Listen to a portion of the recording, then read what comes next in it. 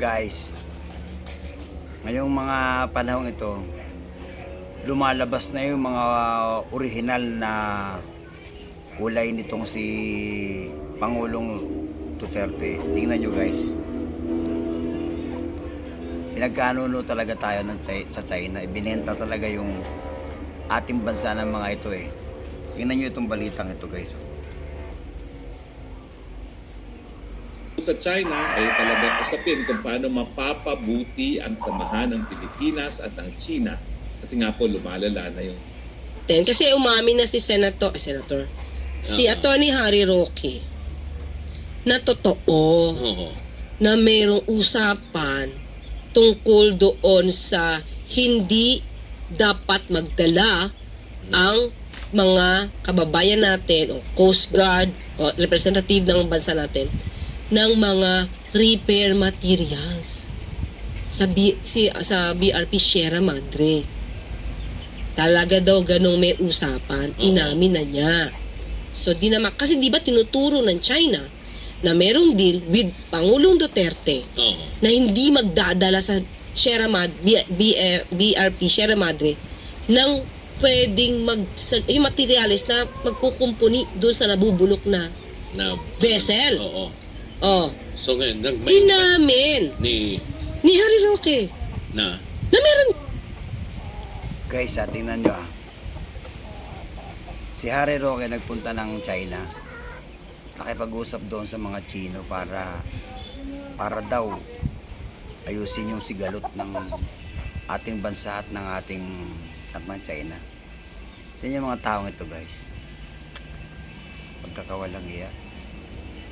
Mga dredging sa mga karagatan sa iba't ibang sulok ng Luzon. Mga Chino ang nagdi-dredging dahil sa kapahintulot ni Duterte. Ngayon naman yung kaguluhan doon sa laot. Meron palang usapan ang mga ito. Tignan mo guys. Kaya itong taon na ito guys, minumula tayo ng mga pangyayari at magising tayo sa katotohanan. Na maging mapanuri talaga at mapamili sa mga politikong iluluklok natin sa mga halalan. Hindi basta-basta talaga guys.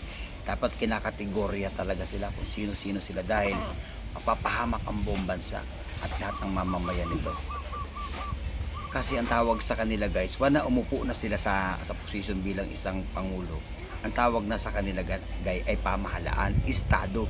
Pag sinabing pamahalaan, lahat ng Pilipino, lahat ng mamamayan nito, lahat ng yaman nito at ang buong bansa ay pamamahalaan na nila. At doon na magsisimula yung bantay sa lakay. Guys, alam nyo ba ang salitang ito na ang may kasabihang ito ay galing mo sa mga matatalino at abogado.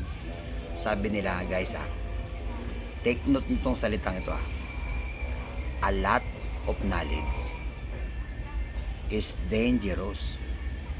Too much knowledge is very dangerous. Ang tao daw na walang alam nasa kapahamakan, pero pinakadelikado ang taong maraming alam. At sila ito guys, ang mga taong ito ay very dangerous. Magtiwala ka na lang guys sa magbubuti, sa construction boy, sa mga magtataho, sa mga mag-iisda. Huwag ka lang magtitiwala sa mga taong ito. Tignan nyo guys, ipinagkakanuno tayo. The China to annex Pinas or di naman kaya insurrection, yung paghihimaksik ng mga mamamayang Pilipino. Kaya di ba kapag sinabi niyang mag-a-annex na ang China ng ating teritoryo, sinasabi niya malapit na ang invasion ng China. dahil nga sinabi nga niya na kapag dalawa daw lang dahilan lang ng kwento na Ay safe pag nag-martial law, lahat kayo sarado dahil kalaban ng diktadura ang malayang pananalita at malayang pamamahayag. Mark my word, matuto na kayo sa kasaysayan. So bakit sa tingin ko magdedeklara si PBBM?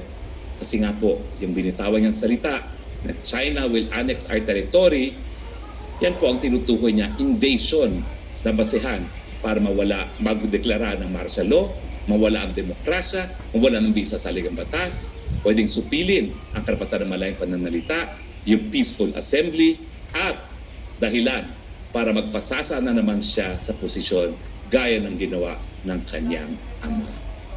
At Dami-daming medyo hugot ni ang malayang pananalita at malayang pamamahayag. Mark Tingnan mo guys ha. Sa binibitiwang salita ng abogadong ito na si Atty. Roque, pinagsasalpok niya tayong mga Pilipino. Pero saan sila nakakiling? Sa China. Pabor sila sa China. Napakawalang hiya ng mga tao ito guys. Kawawa ang sambayan ng Pilipino. Hindi pa sila nasiyahan doon sa perang kinurakot nila. Ang gusto nila, kontrolin nila si BBM, ipailalim nila sa kanilang saya. Ako guys, hindi ako maka-BBM. Hindi rin ako maka-Duterte. Kaya lang, yung mga napapanood ko mga ganitong mga komento na galing mismo sa matatalinong tao, nagdudulot ng kapahamakan. Akala ata nila dahil nakasampas sila doon sa entablado sa mga panulukan ng Maynila para mag-rally dahil kay Kibuloy, makakakuha na sila ng people's power. Malabo na yan, Harry Roque. Matalino na ang Pilipino. Namulat na sa katotohanan, hindi nyo na kami kayang dalhin sa mga Plaza Miranda para mag-alsamasa para sa inyong sariling ideya. Hindi nyo na kayang utuin ng Pilipino, matatalino ng Pilipino ngayon. Guys, ang mga taong ito, mahirap kasama. Pinagkanuno tayo guys. Ang video na to guys ay ilalagay ko doon sa link ko para mapanood nyo yung topic nitong si Harry Roque at ni Atty. Clear Castro. Yan yung nangyayari ngayon sa bansa natin guys. Nasa delikadong kondisyon dahil ang mga base militar ay napasok na ng mga China dahil kay Duterte. At may mga impormasyon na mga Chino dyan. Tapos yung ating mga telecommunication company, yung Signal, halos may connection ng China dyan eh. Kaya talagang, pero ako guys, hindi mananalo ang China guys. Sigurado ko yung guys. Dapat ito, ang mga taong ito eh, policy na sa bansa, dalay na doon sa China. Total, maka-China naman sila. Hindi naman talaga sila maka-Pilipino. Nilalaso ng isipan ng mamamayan Pilipino para sila ikampihan. At patalsikin si Bongbong Marcos sa posisyon. Maganda ginagawa ngayon ni BBM guys. Saludo ako kasi dumidikit siya, malapit siya sa mga malalakas na bansa para may katuwang tayo sa abusadong Chino. Pabor ako rito guys. Ako hindi ako maka-BBM guys.